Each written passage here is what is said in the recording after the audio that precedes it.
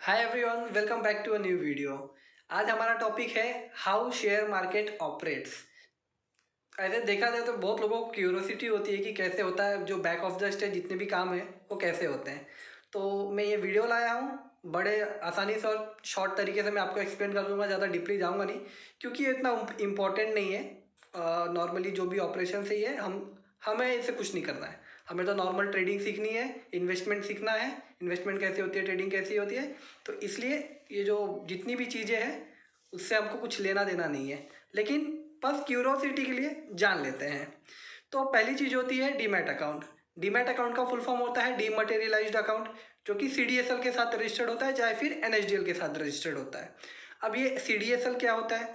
Central depository securities limited, और NSDL होता है नेशनल सिक्योरिटी डिपॉजिटरी लिमिटेड। पहले क्या होता था कि जैसे हमारे जितने भी शेयर सर्टिफिकेट हैं वो फिजिकली डिलीवर्ड होते थे, हमें बाय पोस्ट हमारे घर पे आते थे एड्रेस पे। लेकिन अब क्या होता है, जैसे जैसे कि टेक्नोलॉजीज इम्प्रूव हो रही है, वैसे वैसे बहुत सी सारी चीज़ें चेंज भी होती जा रही है।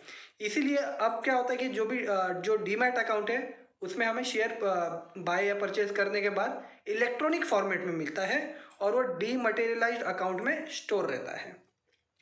आज से कुछ दिन पहले अगर मैं आपको बताऊं कि डीमटेरियलाइज्ड अकाउंट बनाने के लिए भी पहले क्या होता था कि फिजिकल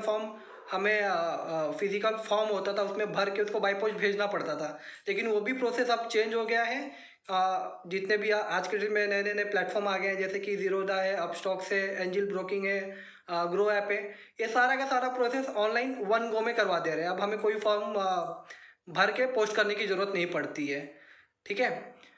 अब दूसरा पॉइंट ये है कि हमने डीमैट के बारे में तो जान लिया। सीडीएसएल और एनएसडीएल उतना कोई इंपॉर्टेंट पार्ट है नहीं, इसलिए इतना आप कोर में मत जाइए, मैंने फुल फॉर्म बता दिया है। अगर आपको कोर में इसके बारे में नॉलेज लेनी है तो आप गूगल पे जाके इसके बारे में पढ़ सकते हैं। दूसरा पॉइंट ये है कि स्टॉक ब्रोकर कौन होता है।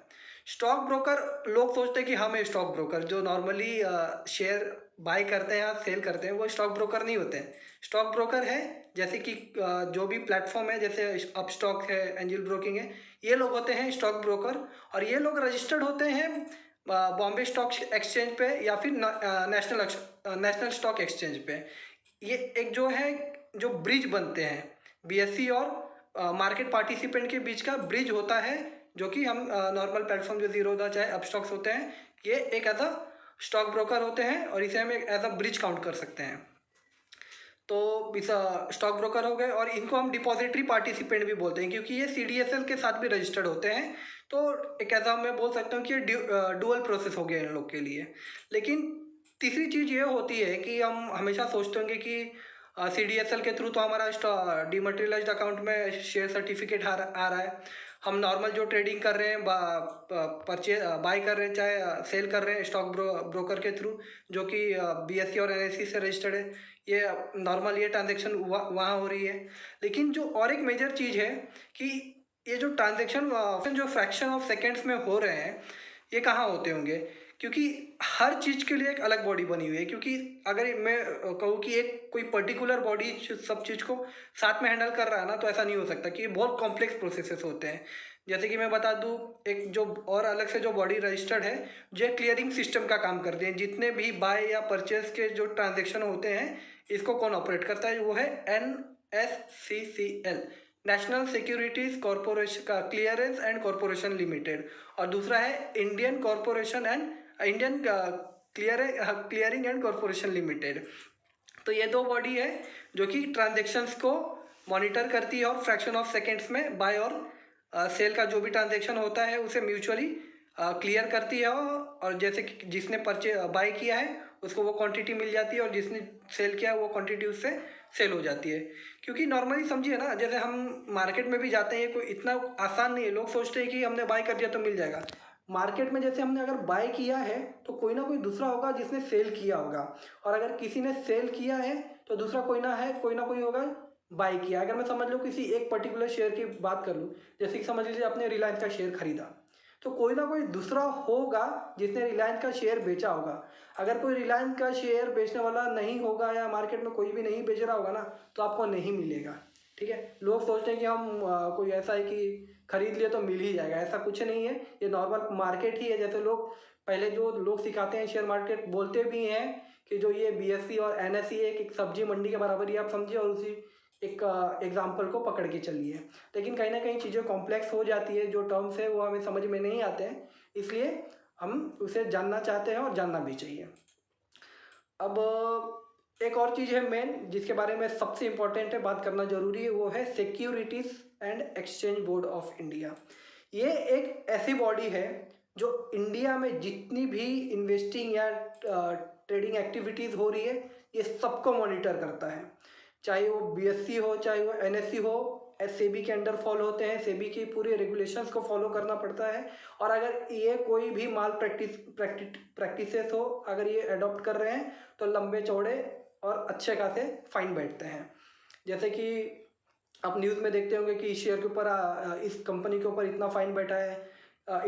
इंटरनल ट्रेडिंग जो बोलते हैं ना, कि इंटरनली जो न्यूज़ लीक करता है मार्केट में, तो इस चीज़ को बचाने के लिए जो सेबी है मार्केट में काम करता है कि जो एक नॉर्मल मार्केट में जो रिटेल इन्वेस्टर है उसके ऊपर कोई नुकसान ना आए।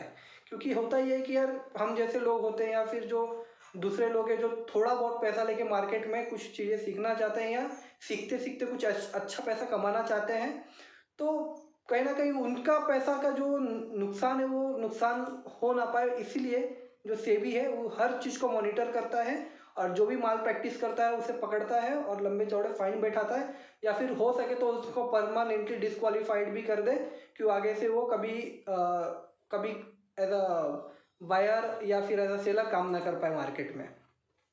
तो सेबी के बारे में भी हमने जान लिया। सेबी बहुत बड़ा कॉम्प्लेक्स टर्म है, मैं बता रहा हूँ।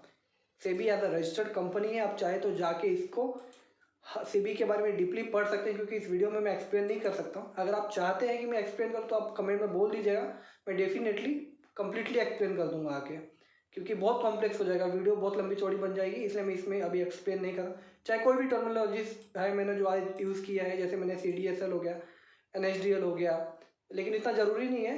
लेकिन आपको अगर है, आप जानना चाहते हो, तो मैं इसको एक्सप्लेन कर सकता हूँ आने वाली वीडियो में, लेकिन अभी तो इस वीडियो में नहीं करूँगा। और हम आगे चले तो मैंने आपको बता ही दिया, NSCCL के बारे में बता दिया, और CDSL हो गया, डीमैट अकाउंट के बारे में बता दिया, और मैंने बैंक अकाउंट के भी बारे में बता दिया। मार्केट पार्टिसिपेंट वो होते हैं जो नॉर्मली किसी भी प्लेटफॉर्म के थ्रू पैसे मार्केट में इन्वेस्ट करते हैं या फिर इंट्राडे में ट्रेड करते हैं, उसे वो होते हैं मार्केट पार्टिसिपेंट। जैसे कि नॉर्मली अगर एग्जांपल समझिए, मैं अगर कोई कुछ भी है मार्केट में इन्वेस्ट कर रहा हूँ, चाहे ट्रेड कर रहा हूँ, तो मैं कहलाऊँगा मार्केट पार्टिसिपेंट। ये एक छोटा सा टर्म रहेगा तो बताना, ये भी मैं बता दिया।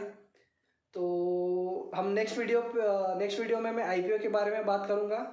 तो please stay connected with me, और प्लीज़ यार लाइक कीजिए, शेयर कीजिए, और कमेंट भी कीजिए, क्योंकि कहीं ना कहीं मोटिवेट करता है। So that's the small request.